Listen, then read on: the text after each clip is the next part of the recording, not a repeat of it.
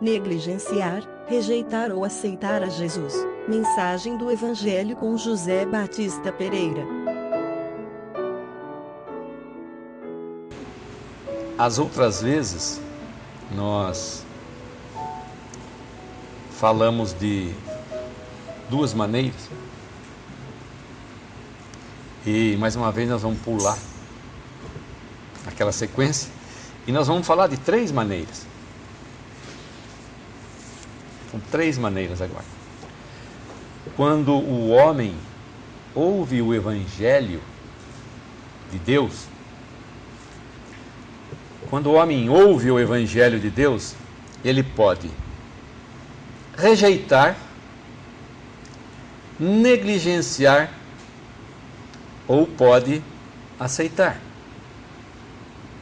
São essas três condições, e interessante que nós temos essas três condições na palavra de Deus e estão bem claras. Quando o homem ouve, Deus fala uma e duas vezes, né? Mas o homem não dá ouvidos para Deus. Está lá em Jó, essa passagem.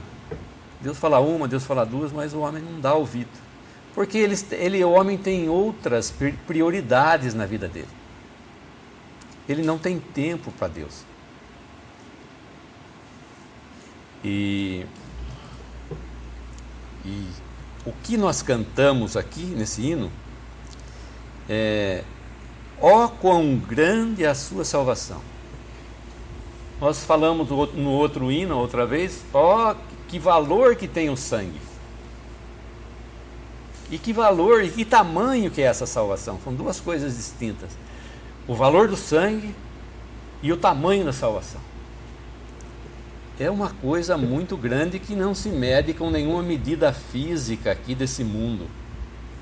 E também no universo nós não podemos falar, porque o universo está ainda indeterminado a sua extensão, né? Mas nós não podemos medir, nós podemos falar com palavras.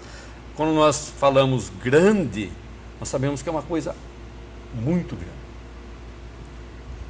né? Ele é alto, mas quando nós falamos é muito alto, ele é bem mais do que alto. E quando a palavra de Deus fala grande salvação, realmente é uma grande salvação que nós não conseguimos medir.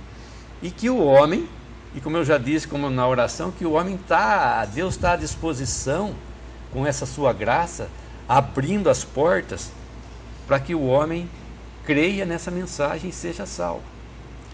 Nós vamos ver essa maneira também, essa salvação, como ela pode influenciar uma pessoa, o que ela vai dar para essa pessoa e o que essa pessoa vai gozar com essa salvação.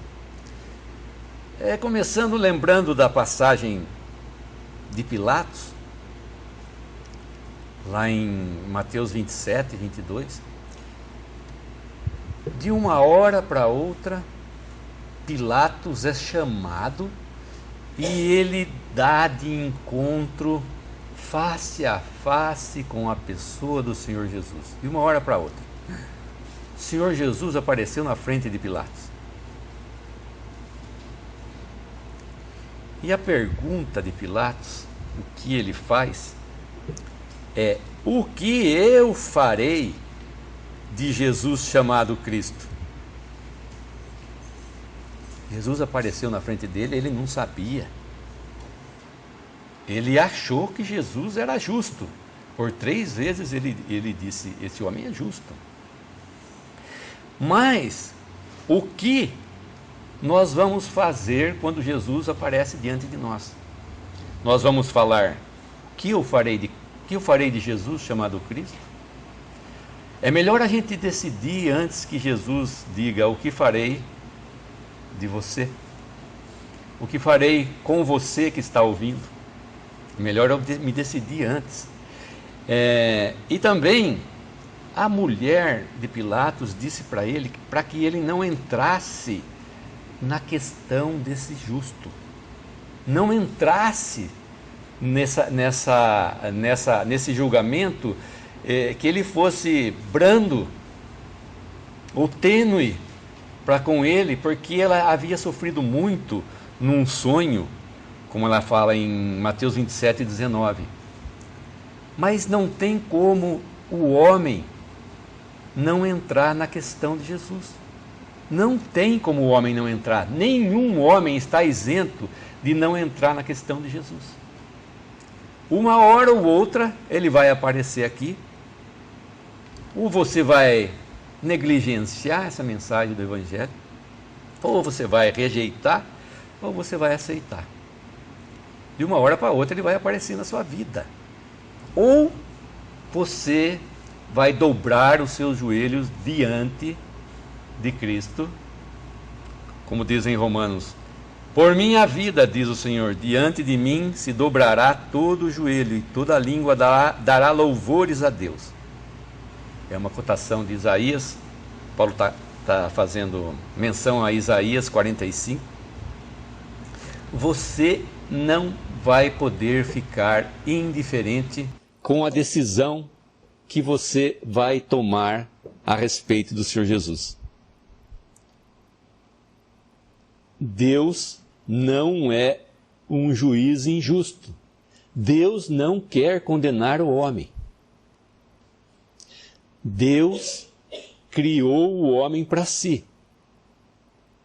E Deus criou todas as outras coisas para o homem. Havia um propósito na criação de Deus para com o homem, que ele queria o homem junto de si.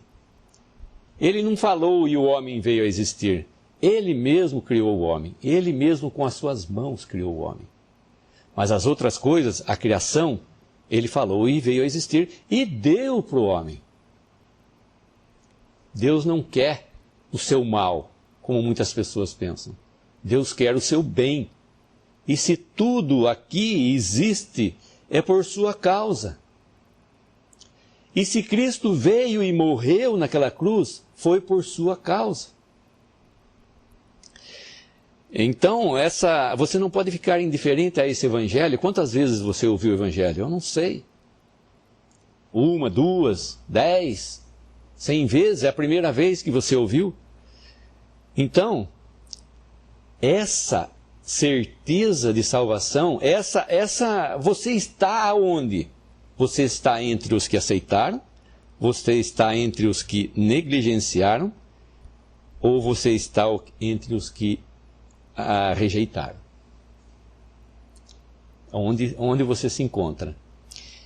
E conta a história de um irmão que certo homem estava andando numa rua lá em Joanesburgo, na África do Sul, e ele viu um folheto caído no chão que chamou muito a atenção dele, porque dizia assim: recompensa.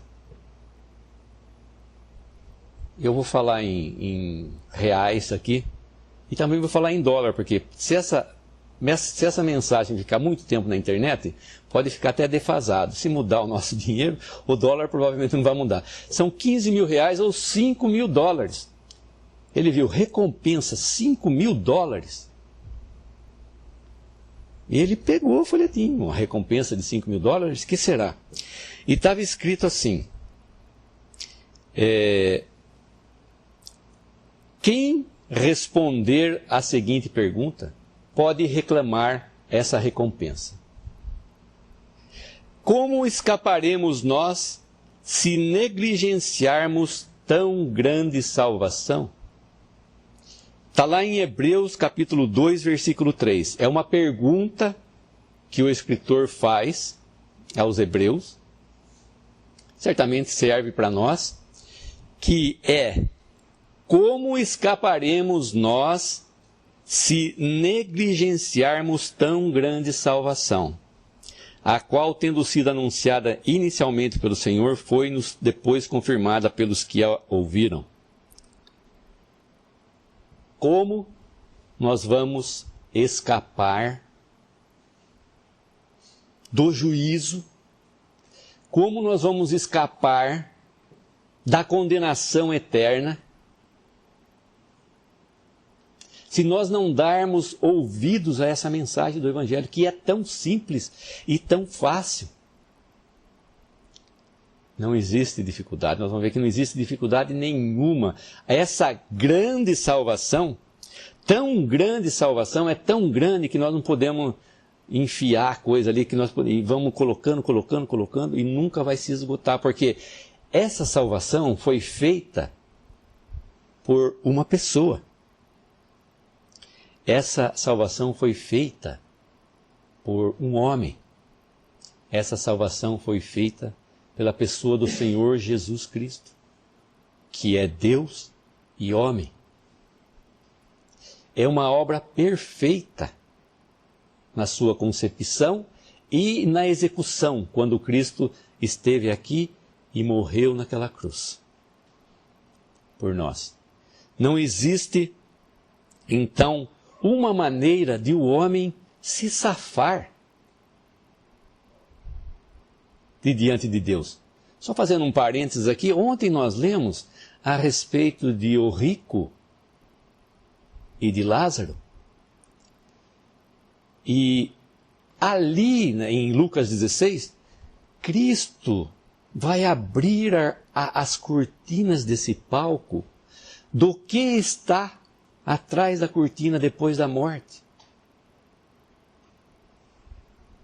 Se a gente pegar uma biografia de qualquer pessoa, nós vamos ver data, local de nascimento, o que ele fez, todas as obras, e se for um pintor vai mostrar lá todas as obras, se você quiser você vai ver a descrição, vai ver um retratozinho do quadro que ele fez, tudo que ele passou, se for de um compositor você vai ver as obras, você vai ouvir a música dele, nossa, como essa pessoa era inteligente e tal, tudo que ele fez, e no final da biografia dele está escrito assim, e morreu no dia tal e tal, de ano tal. Aí acaba a biografia desse homem. Toda a biografia, se a gente for no cemitério, a gente vê que a vida, ele nasceu um dia e morreu numa outra data. Ou pode ser no mesmo dia também, mas não vem ao caso. E então, o Senhor Jesus, ele vai contar, ele conta a história do rico e conta a história de Lázaro, só que ele fala antes e fala quando o rico e Lázaro foi sepultado e vai continuar a biografia dos dois. Vão aparecer o quê? Vão aparecer no Hades, o rico, em tormentos, e Lázaro no seio de Abraão. E nós vemos que ali não existe uma maneira de... O Senhor Jesus está mostrando, Ele está abrindo as claras para o homem. Aliás, é um capítulo, como diz o irmão, que muita gente gostaria de rasgar da Bíblia, porque ele fala a realidade do que existe depois da morte.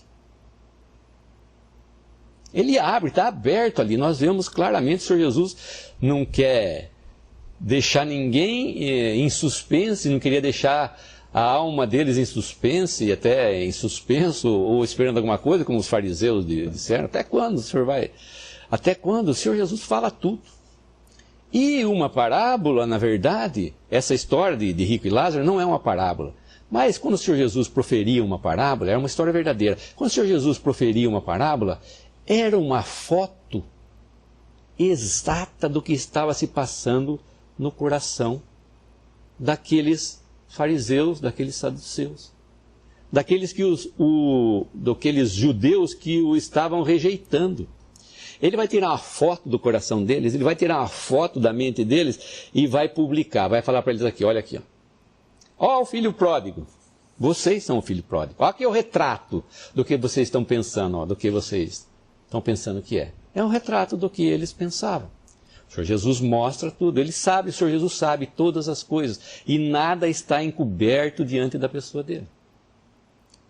E se uma pessoa está aceitando, se uma pessoa está rejeitando, se uma pessoa está negligenciando, ele sabe também.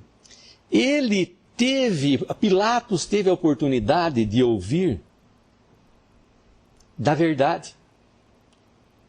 O Senhor Jesus, a verdade estava diante dele, e ele pergunta o que é a verdade.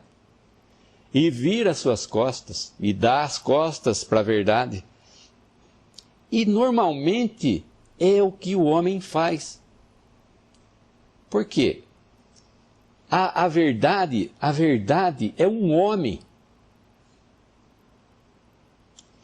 Ele parece um homem, ele tinha a mesma aparência nossa.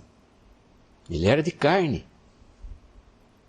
mas não foi gerado de semente corruptível, mas ele foi gerado pelo Espírito Santo. Mas era um homem. Todos os que olhavam, todos os que olharam para a pessoa do Senhor Jesus, viram nele um homem. E então é mais um homem. O Senhor Jesus não é mais um homem, o Senhor Jesus é Deus. O Senhor Jesus veio obrar aqui, fazer uma obra para salvar a sua alma, para garantir o seu destino eterno, que é estar novamente junto com Deus numa eternidade de prazer, de glória, de gozo. Agora, se eu rejeitar, se eu conseguir responder essa pergunta, como escaparemos nós se negligenciarmos tão grande salvação? A palavra negligenciar significa não dar atenção, descurar, desleixar, né? Preguiça, desatenção, menosprezo, omissão. O homem, você pode ter caído num caso desse, de desleixo, de omissão, de descuido, de negligência, de preguiça. Um versículo em Eclesiastes 10, 18 que diz: pela muita preguiça desaba o teto, e pela frouxidão das mãos goteja a casa. O homem vai levando em banho-maria, não é? Essa negligência ele vai levando em banho-maria, vai indo, vai deixando, até que o teto da casa, primeiro começa a goteira, né? Começa a gotejar, cai na cabeça dele, ele muda a cama de lugar, ele põe um balde ali, se estiver fazendo barulho, ele põe um pano dentro do balde, para não prejudicar o sono dele, mas ele não conserta a goteira. Aí o telhado cai, é o que está falando aqui em Eclesiastes. O homem vai deixando. Ele nasce, 10 anos, 20 anos, agora me formei, agora eu quero um trabalho bom, agora eu vou ganhar dinheiro. E vai, e passa o tempo, e morreu rico, e foi sepultado. A morte entrou no mundo. A morte é a arma, era a arma forte que Satanás tinha e usava contra o homem. E era difícil é difícil você batalhar com uma metralhadora, você batalhar com ela com um arco e flecha. Era mais ou menos a posição do diabo e a posição do homem. O homem não tinha como ganhar essa batalha. E Satanás sabia, porque quando o homem desobedeceu, a morte entrou. Aí ele ficou tranquilo. Tranquilo entre aspas, com respeito ao homem. Aí ele falou, agora eu vou enrolar o homem em banho-maria, porque agora eu vou amedrontar ele com a morte, agora eu ganho terreno aqui bastante largo. E é o que ele fala para o homem, ele fala, você vai ter bastante tempo agora, tá, o pecado entrou, tal, a morte pode ser que chegue, né? Ninguém crê que a morte existe, a não ser quando a gente vai num velório, a gente fica meio abismado com a morte que pode acontecer de uma hora para outra.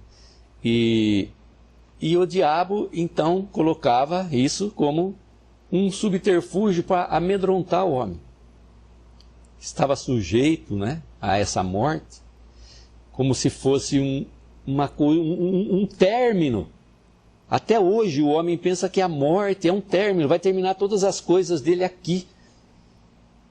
O corpo dele vai morrer, mas a alma e o espírito não, são eternos. Vão voltar para Deus. E a garantia, atrás desse calendário está escrito, você está preparado? Você está pronto? Desse calendário de 2018. é até bom, porque eu sempre pergunto, as pessoas leem, e muitas já me comentaram e falaram assim, eu acho que eu não estou pronto. Como que eu faço para me aprontar? Aí é fácil para a gente falar. Sem ter que falar muito, eles já leem a mensagem e falam, eu acho que eu não estou pronto. E aí a gente pode entrar com o Evangelho.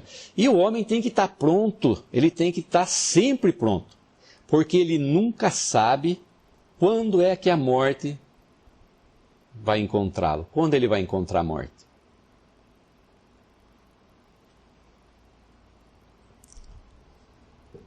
Eu não tenho tempo.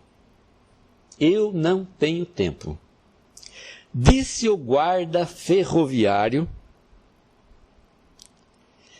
quando ele grosseiramente afastou aquela mão amorosa que lhe estava dando um folheto de evangelização para ele.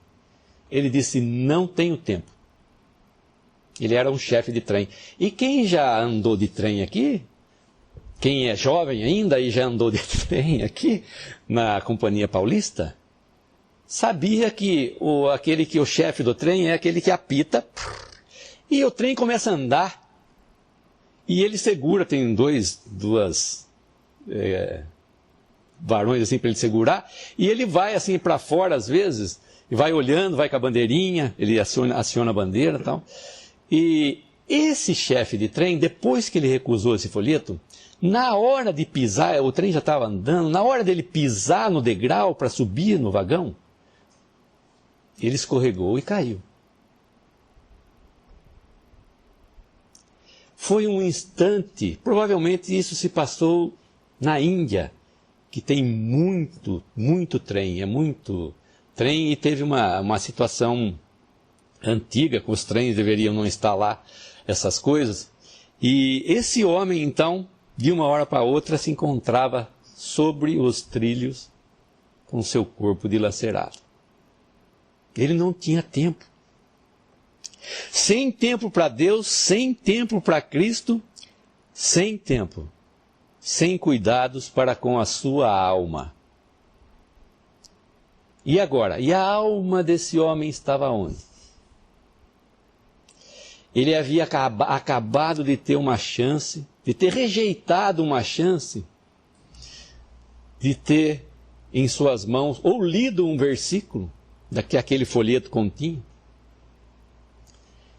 e simplesmente ter aceitado o Senhor Jesus. Mas ele rejeitou. Assim, não quero isso. Alguém já teve a oportunidade de ter esse acontecimento. A pessoa rejeitar um folheto, não quero. Ou quando a pessoa amassa e joga fora. Ou quando a pessoa rasga. Eu tenho a foto que eu dei um calendário. Não estou me gloriando aqui, gente, por favor. Estou contando uma história, que faz tempo isso. Eu dei um calendário no restaurante e fui, almocei. A hora que eu saí, a mesa estava só com a toalha e o calendário estava rasgado em 4 partes. Eu tenho até a foto, guardei até a foto desse calendário. Então, tem pessoas que rejeitam. Talvez eles não rejeitam assim diante da sua pessoa. Eles rejeitam depois, eles rasgam.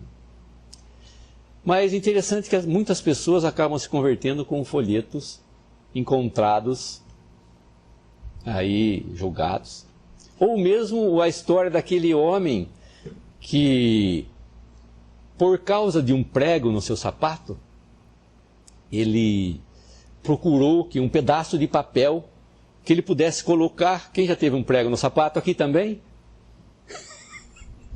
Hoje não existe mais prego, né? Então, isso aqui é para os jovens que usaram sapatos que tinham pregos ainda. Então, esse homem pegou o quê? Um pedaço de papel da rua, colocou onde o prego pegava no seu pé e foi embora. À noite, quando ele chegou em casa, ele tirou o sapato e bateu e caiu o papel. Aí ele abriu o papel. E o papel era um folheto do Evangelho. E ele se converteu. Nós vemos que Deus pode usar. Com Deus não se brinca. Se Ele tem o propósito, Ele vai fazer. Se aquele folheto tinha o propósito de salvar uma alma, ela salvou mesmo que uma pessoa amasse, Mesmo que a pessoa rasgue e fique um pedacinho, como muitos se convertem com um pedacinho. Ficam encucados, né? Foi contada uma história aqui, da pessoa ficou encucada, o que tinha naquele folheto no restante, o que dizia aquele versículo restante daquele folheto que havia sido rasgado. Uma grande salvação. Quando nos fala de grande salvação, a palavra de Deus fala que Cristo é o nosso grande sumo sacerdote, em Hebreus 4,14. Fala que Ele é o grande pastor das ovelhas. E fala também em Mateus, nós vamos falar só aqui, que Ele é o grande rei, Mateus 5,35. Jesus, eu acredito que não tenha nenhum judeu aqui.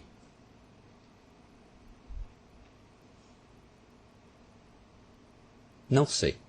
Acredito que não. Mas Cristo, a palavra Cristo, quer dizer Messias. O Messias enviado. Jesus Cristo, né? O Messias enviado. E Cristo não é o meu Messias. Se eu sou gentil, se eu não sou judeu, Cristo não é o meu Messias. E Ele também não é nosso rei. Muitos dizem que Cristo reina nesse lar, Cristo é o meu rei. Esse versículo fala a respeito de Israel. Ele é o Messias de Israel e ele é o rei de Israel, que vai reinar em Jerusalém. Foi o que Pilatos colocou na cruz. Este é Jesus Nazareno, o rei dos judeus. É o rei dos judeus, o Messias dos judeus. Para nós, ele é o nosso grande Salvador. Nós, pela rejeição do Messias, que veio para o que era seu, e os seus não o receberam, mas a todos quantos o receberam, que somos nós, deu-lhes o poder de se tornarem filhos de Deus, aos que creem no seu nome. Simples fé. Então ele é chamado de grande. A salvação não é uma religião, como eu já disse. Em Tito 2,13 diz: aguardando a bendita esperança e a manifestação da glória do nosso grande Deus e Salvador Jesus Cristo. Salvação não é uma religião. Salvador Jesus Cristo. Não é um sentimento, não é um cumprir regras. É um homem. Não é um pastor. Não é um pastor que me salva.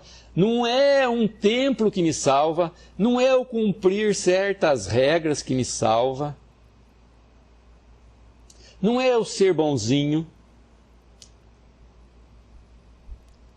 É eu crer na pessoa do Senhor Jesus como Filho de Deus, meu Salvador, que morreu naquela cruz, derramou o seu sangue precioso pelos meus pecados, morreu por minha causa no meu lugar e foi colocado no sepulcro e depois de 3 dias ressuscitou.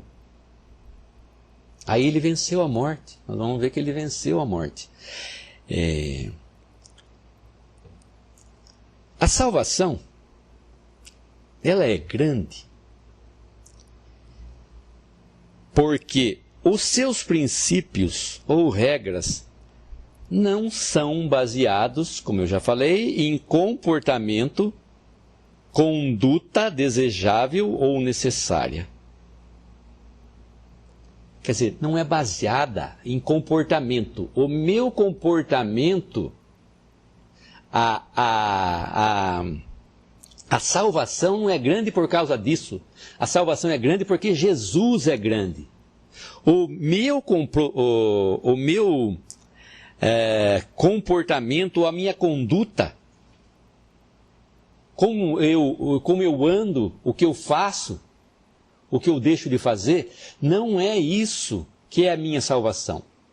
A salvação é a pessoa do Senhor Jesus Cristo. Essa é a minha salvação. Ela é grande por causa disso, porque ela vem de Deus. Ela vem do Senhor Jesus. E ela é tão simples. A palavra é tão simples que diz: o carcereiro de Filipos, aquele que não rejeitou, aquele que aceitou a mensagem, perguntou para Paulo e Silas: senhores, que devo fazer para ser salvo? E Paulo e Silas respondeu para ele: crê no Senhor Jesus Cristo, será salvo. Não existe nenhuma regra, nenhum comportamento, nada que foi passado para esse carcereiro que se converteu, para que ele fizesse, mas simplesmente que ele cresce. Então a obra da salvação já é grande, porque ela simplesmente diz para o homem: crê no Senhor Jesus Cristo, será salvo. Se com a tua boca confessares Jesus como Senhor e em teu coração creres que Deus o ressuscitou dentre os mortos, serás salvo, porque com o coração se crê para a justiça e com a boca se confessa a respeito da salvação. Porquanto a Escritura diz: todo aquele que nele crê não será confundido. Como eu já disse aqui, se eu olhar para esse auditório aqui, quantos são salvos aqui, dessa plateia? Essa plateia tão importante aqui essa noite. Quantos são salvos? Eu não sei. Nem posso dizer. Mas o Senhor Jesus sabe bem. E ninguém daqui vai estar confundido. Ninguém daqui será confundido por Deus quando Ele vier para buscar os seus, quando Cristo vier para buscar os seus. Ninguém vai ser confundido. Não tenham medo, porque a salvação, a obra foi tão grande, tão perfeita, que o homem não vai ser confundido. Ele pode falar: mas será que Deus vai me achar aqui, nesse lugar tão horrendo desse mundo aqui, lá na Sibéria? Será que Deus vai me achar? Nesse lugar tão gelado? Vai achar. Todos os que são seus, todos aqueles que creram, que têm o Espírito Santo, vão ser achados por Deus. E nessa salvação não existe exclusão. Essa salvação foi feita exatamente para esse tipo de pessoa. A salvação de Deus foi feita exatamente para um tipo de pessoa. Não, foi feito exatamente um tipo de pessoa, para pecador, né? Mas não vamos falar assim, não foi feito com exclusividade, não foi assim. A salvação é para rico, é para pobre, é para o cidadão de qualquer país, certo? É para um cidadão que tenha qualquer tipo de instrução. Se ele sabe escrever, se ele não sabe escrever, porque como nós lemos, a palavra, a salvação vem pelo ouvir. E ouvir pela palavra de Deus. Então, até um iletrado pode crer. Um doente, foi feito para doente também? Foi feito para doente. Um doente que está lá acamado, ele pode ser salvo? Pode ser salvo. Que jeito? Crê no Senhor Jesus Cristo, será salvo. Mas acamado, doente, pode ser salvo. A cor da pele, independe da cor da pele. Homem, mulher, não tem exclusividade nessa salvação. Ela é rápida e de graça. Ela é rápida e de graça. O carcereiro, claro que nós não vamos entrar aqui falando de o processo de salvação, mas vamos falar da salvação. A salvação, quando o homem crê, ele é salvo. É rápido e de graça, ele não tem que fazer nada. Ele tem que estar parado, estático, e ele crê. Do jeito que ele tiver, aonde ele estiver. Por isso que essa salvação é grande, ela alcança todos os cantos do planeta. E ela vai para todo lugar. Independente do homem, do que ele é, do que ele sabe, do que ele não sabe. E é de graça. Ele não tem que fazer nada. ela acontece sem ter que esperar por um comportamento bom da pessoa. Tem um hino que nós cantamos, tal como estás, venha Jesus. Essa salvação não vai falar assim, ó, você tem que primeiro mudar o seu modo de vida para depois você ir para Jesus. Porque você não pode ir assim para Jesus do jeito que você é. Pecador do jeito que você é assim. Não, você tem que mudar primeiro o seu estilo de vida, o seu modo de vida, as suas ações, o que você faz, onde você frequenta. Aí depois você vem para Jesus. Mas não é assim. A salvação é instantânea, sem levar em consideração um comportamento meu, que eu tenho que me comportar de uma certa forma. Um exemplo que nós damos aqui, bem claro, é o malfeitor ao lado do Senhor Jesus na cruz. Foi uma salvação instantânea. Quanto tempo aquele homem teve de sobrevida depois? Não sei, foi quebrado as pernas dele logo depois e eles morreram. Foi rápida a salvação desse homem? Foi. E do carcereiro de Filipos? Foi rápido? Foi rápido, porque ele creu. Teve que mudar o comportamento? Você tem que tratar melhor os presos, aí, viu? Está maltratando muito os presos. Não, tem. O que eu devo fazer? Crer no Senhor Jesus Cristo e será salvo. Não depende de comportamento. Essa salvação é completa em qualidade e em quantidade. Ela está disponível, como eu já disse, em qualquer canto. Ela é simples e produtiva. Já vem carregada com todos os benefícios. Como ela já vem carregada com todos os benefícios? Paz, gozo, amor, satisfação, certeza. Quando você compra ou mesmo um aparelho ou celular, aí ele vem com o básico. Aí você tem que comprar as coisas para ir colocando, para deixar o seu computador, o seu celular mais, o quê? Mais tchan. Que ele vai conseguir fazer um montão de coisa a mais, mas eles venderam para você o básico. E você foi adicionando. E a salvação não é assim, a salvação já vem completa. Você não precisa adicionar nada. Completa em qualidade e em quantidade. Está disponível. E ela não se desenvolve através do tempo também. Olha, eu vou ser salvo, mas eu tenho que ter um pré-procedimento, né? E eu vou ser salvo quando eu atingir um certo grau. Não. Salvação é instantânea e você tem acesso a todos os benefícios que ela dá. Essa certeza de salvação que Deus dá, ela vem toda com a salvação, por isso que ela é grande. Não tem como o homem falar que ele não pode aceitar, que é muito para ele. É muita areia para o meu caminhãozinho. Ele fala, não é nada. Você não vai ter que fazer esforço nenhum. A salvação é gratuita e vem pela simples fé. A única coisa que depende de você é a sua fé, você crê nessa obra do Senhor Jesus como seu Salvador. Você tem acesso na hora. Você se torna filho de Deus na hora. Sem ter que pagar ou fazer alguma coisa demais. Como a grande ceia, vinde que já está tudo preparado. E quem preparou foi Deus. E será que Deus se esqueceu de algum detalhe dessa grande ceia? Vai faltar suco de uva na grande ceia. Não vai faltar. Não vai faltar porque quem preparou foi Deus.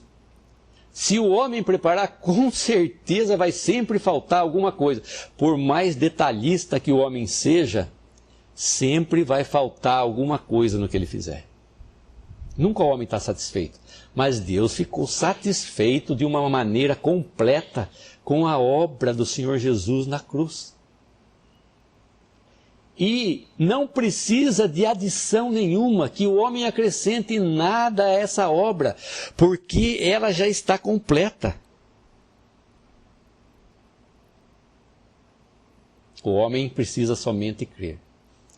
E essa obra, essa modificação, essa mudança de postura, essa mudança de comportamento, ela vem normalmente, não é uma mudança exterior, ou seja, todo mundo me vê fazendo uma coisa que Deus vai pensar que eu estou sendo bonzinho, que eu vou ganhar salvação. Não é uma mudança exterior, mas uma mudança interior.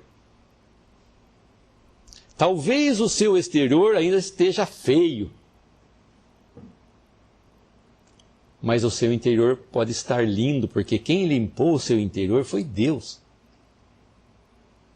E a mudança de procedimento, quem fez, quem executou, quem obrou, foi Deus, através do seu Espírito Santo.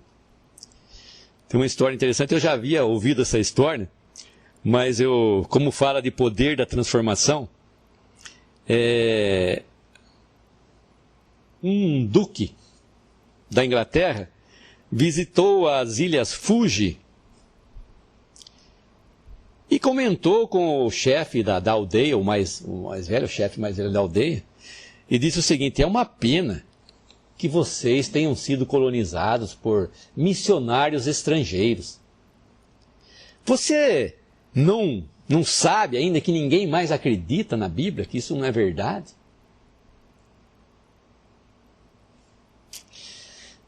Ele pensou um pouquinho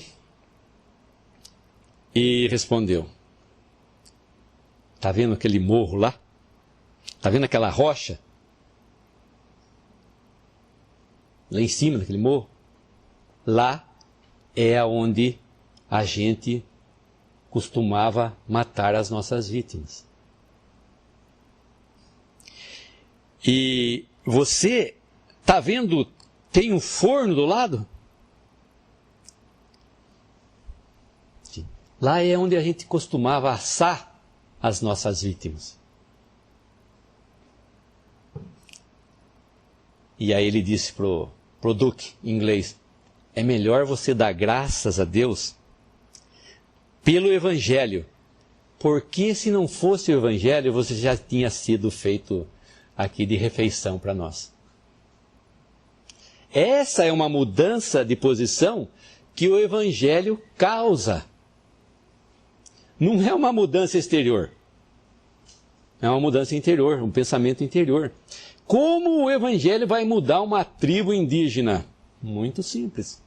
Não é o homem, não é o missionário que muda, não é o pastor que muda, não é o que vai lá que muda, é a palavra de Deus que muda, é Cristo que muda. Cristo não disse que ele era um caminho, ele é o caminho. Ele é o caminho, nada mais. Não existe. Se alguém está querendo pressionar você, porque você tem que fazer parte de uma igreja, você tem que fazer... Como você não tem pastor? Como você não faz isso, não faz aquilo? Você não dá dízimo? Não se preocupe, porque isso não é o verdadeiro Evangelho, e nisso não está a salvação. A salvação está na simples fé na pessoa do Senhor Jesus.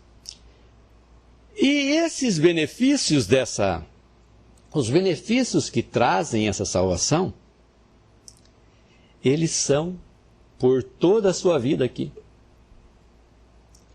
E vai continuar a eternidade adentro. Não vai ter fim. Os seus bens terrenos, eles vão ter fim. Já está determinada quando eles vão se acabar. E o homem não vai poder levar nada. Quem plantou aqui para Cristo, vai receber a recompensa de Cristo. Quem não plantou, não vai receber nada. E essa salvação, então, esse poder que tinha o diabo, foi vencido que na morte de Cristo. 2 Coríntios nos diz: Deus que ressuscita os mortos, o qual nos livrou e nos livrará de tão grande morte, em quem temos esperado e ainda continuará a livrar-nos. Vede que grande amor nos tem concedido o Pai, a ponto de sermos chamados filhos de Deus. A ponto, grande amor e grande morte. E em cima dessa grande morte, teve o grande amor de Deus, a ponto de nós sermos chamados de novo não, a ponto de sermos chamados filhos de Deus, por essa obra, por uma simples fé. Não sei se nós vamos falar tudo aqui, mas não vai dar tempo de falar. Em todas as pregações que Paulo falava a respeito do Evangelho em Atos, todas as pregações, ele vai dar importância, ele vai enfatizar, ele vai realçar uma coisa muito importante, que é a ressurreição. Todas as pregações ele fala da ressurreição. Mesmo para os atenienses, ele tinha que falar a respeito da ressurreição. E a ressurreição é importante porque Paulo mesmo diz em Coríntios, 1 Coríntios 15, se Cristo não ressuscitou, é vã a vossa fé e nós ainda estamos nos nossos pecados. O caminho da vida eterna é através da ressurreição. Mas o caminho para a ressurreição é através da morte. Jesus teve que experimentar a morte antes de poder ressuscitar. Era impossível ele ressuscitar sem passar pela morte. O caminho para a vida eterna é através da ressurreição. E para entrar na ressurreição nós temos que passar pela morte. E Cristo, então, o nosso grande Salvador, deu a sua vida assim por nós. E quando ele morreu, ele destruiu a morte. E saiu do outro lado vitorioso. Ele saiu o grande vencedor, aquele que batalhou por nós, o nosso Davi, que é uma figura de Cristo, ele enfrentou o gigante, aquele gigante que nós temíamos, que quando ele falava, fazia tremer aqueles homens. O exército de Israel todo tremia. Quando o diabo falava da morte, os homens todos tremiam, os homens todos tremem quando se fala de morte.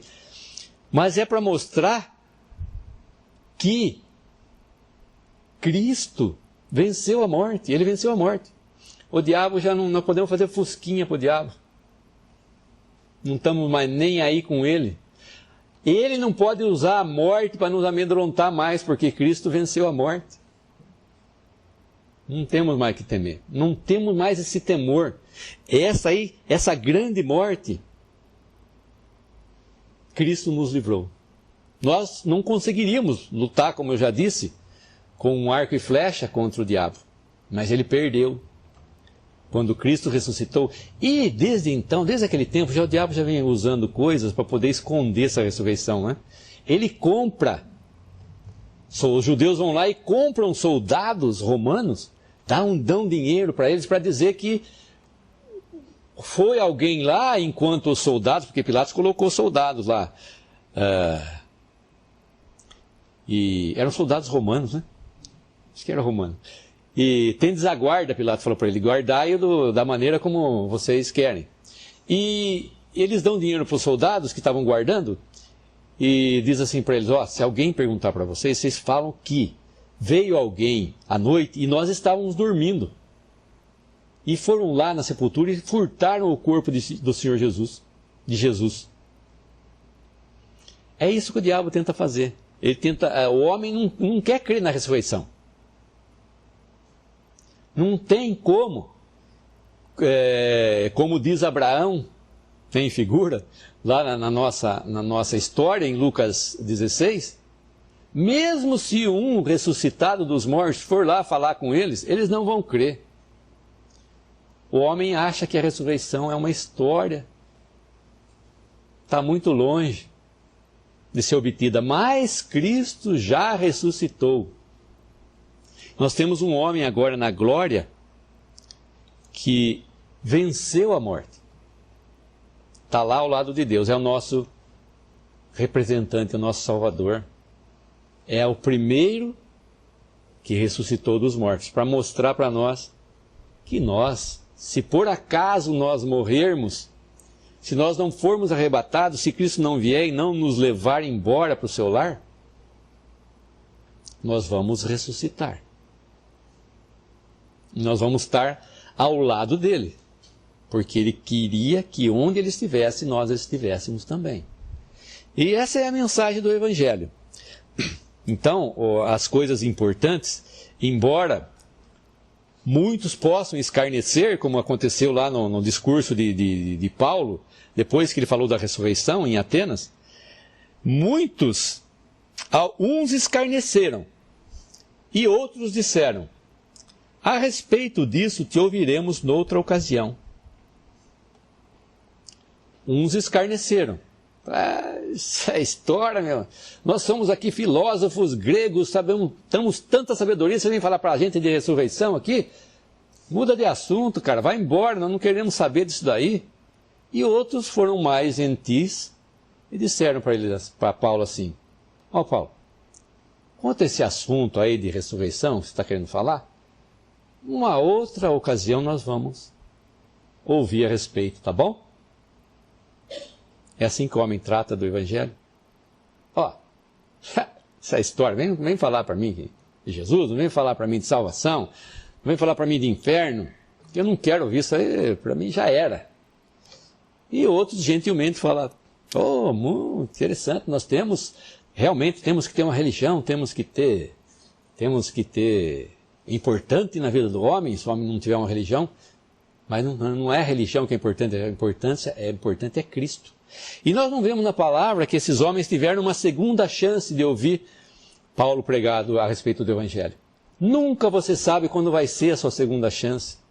Por isso você tem que agarrar com dentes e unhas, como fala o ditado, o Evangelho da salvação. Agarrar na hora que você ouvir. E você já é salvo se você crê. Interessante, Deus vai falar dos que rejeitaram, dos que escarneceram, e vai falar a respeito dos que creram. Será que tinha naquele bando de gente ali no Areópago alguém que estava prestando atenção no discurso de Paulo? Será que ele estava falando em vão? Será que ele estava olhando para aquela plateia e falando assim: puxa, acho que não estou agradando ninguém aqui, viu? Vou parar, não vou nem falar, vou ficar quieto aqui, porque não estou agradando. Pelos olhares aqui, não estou agradando ninguém. Olhando para esses sábios gregos aqui, eu acho que meu discurso não colou, viu? Mas a palavra não deixa vazio. Não deixa vazio. E diz assim, ó. Houve uns que creram no meio daquela multidão. E o nome deles está marcado aqui. E, dentre outros que creram, chama-se Dionísio e Dâmaris. Se você não conhece Dionísio, se você não conhece Dâmaris, daqui de Atos 17, se você é um crente na pessoa do Senhor Jesus, você vai conhecer ele no céu. Aquele que aceitou o discurso de Paulo, que não foi em vão, ali em Atenas, dentre outros.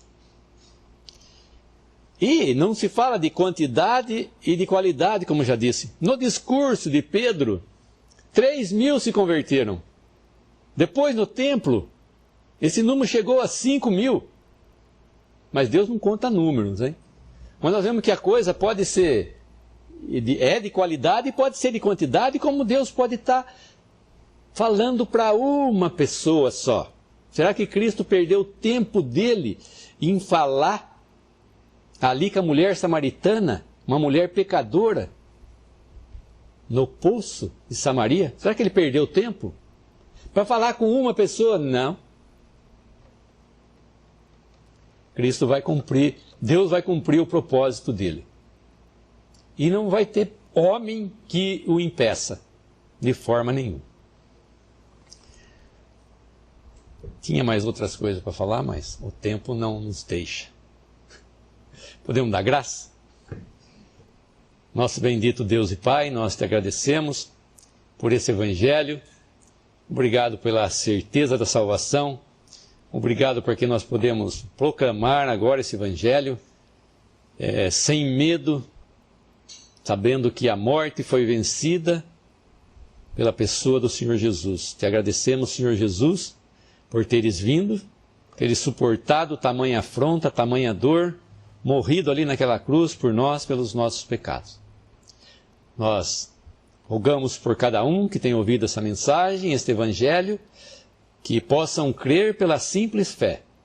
Crê no Senhor Jesus e será salvo, como nos diz a Tua palavra. Nós agradecemos e nos encomendamos em Tuas mãos, se aqui estivermos por mais essa semana também, agradecendo ao Pai no precioso nome do Senhor Jesus. Amém. Visite 3minutos.net. Dúvidas? Visite respondi.com.br. Adquira os livros ou baixe o e-book. Também para Android e iPhone.